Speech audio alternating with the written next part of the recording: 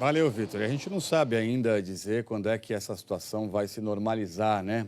Os sindicatos aí dos caminhoneiros, esse pessoal que está comandando as paralisações, ainda está analisando aí que medidas vão ser adotadas em Brasília para ver se eles suspendem ou não a paralisação. Portanto, não há nenhuma perspectiva ainda de fim desse movimento todo.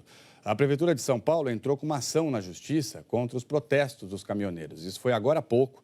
E aí, no documento, a Prefeitura está pedindo que a Justiça garanta a circulação dos caminhões que abastecem a frota de transporte público da capital, que permita, portanto, aí, que os caminhões com diesel possam entrar nas garagens para abastecer os ônibus.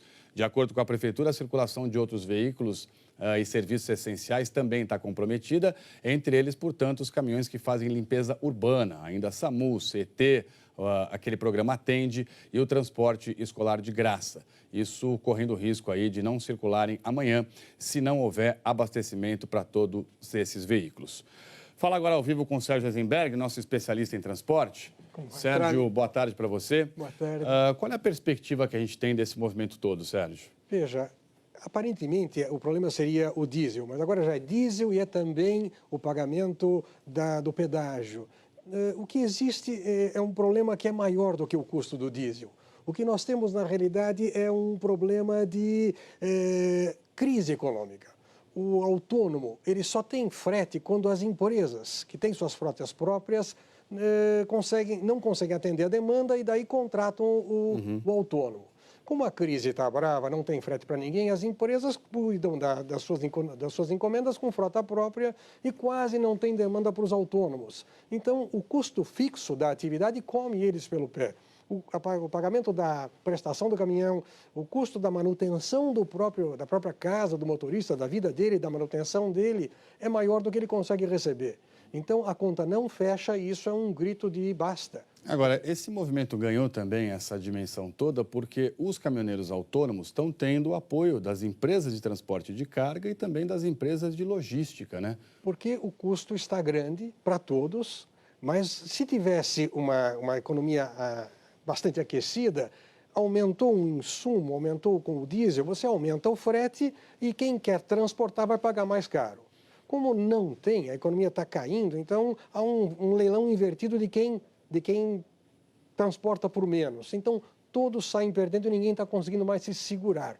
É um problema estrutural, é um problema de crise, de falta de transporte de mercadoria. Então, quando o caminhoneiro não consegue transportar, ou transporta por preço muito barato, leva a carga e depois ele vai voltar vazio, aí ele não consegue viver mais disso.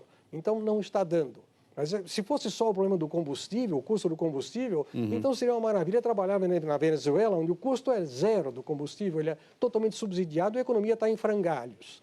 Então, o problema é economia, basicamente, que não se sustenta e a atividade não está, então, rendendo o suficiente para que o caminhoneiro consiga pagar as suas despesas e seguir vivendo. Você vê, a Petrobras já anunciou aí que vai reduzir, né, em 10% o valor do diesel e congelar esse valor pelos próximos 15 dias aí para ver se atende um pouco esse apelo dos caminhoneiros. E a Petrobras é uma empresa nossa, né? Então, quando a Petrobras também faz isso, isso acaba complicando também a economia do ponto de vista da arrecadação, enfim.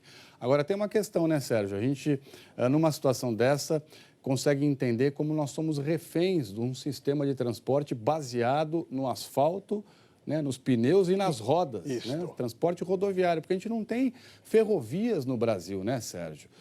Eu me lembro quando era criança que eu ia para o interior de trem com os meus pais, visitar meus avós lá em Jabuticabal, Ribeirão Preto. Acabou tudo isso, a gente não tem mais ferrovia, nem para transporte de passageiro e nem praticamente para carga, né? É uma vergonha. A gente encontra hoje caminhões de soja e de açúcar, bitrens enormes descendo a Serra do Mar e se acidentando porque os trens não dão conta da demanda.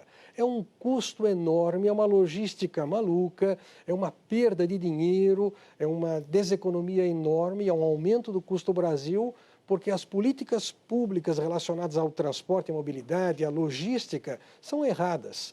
Privilegiam o caminhão e o automóvel ao invés do transporte público, ao invés do trem para transporte de pessoas, trem para transporte de cargas, que é muito mais barato. Fora que a gente poderia também, do Brasil, considerar a rede rede de rios e a rede de cabotagem por mar, isso aí, que também transporte poderíamos utilizar de uma maneira muito mais barata, muito mais racional. fluvial. E aí, por isso, o Brasil é caro.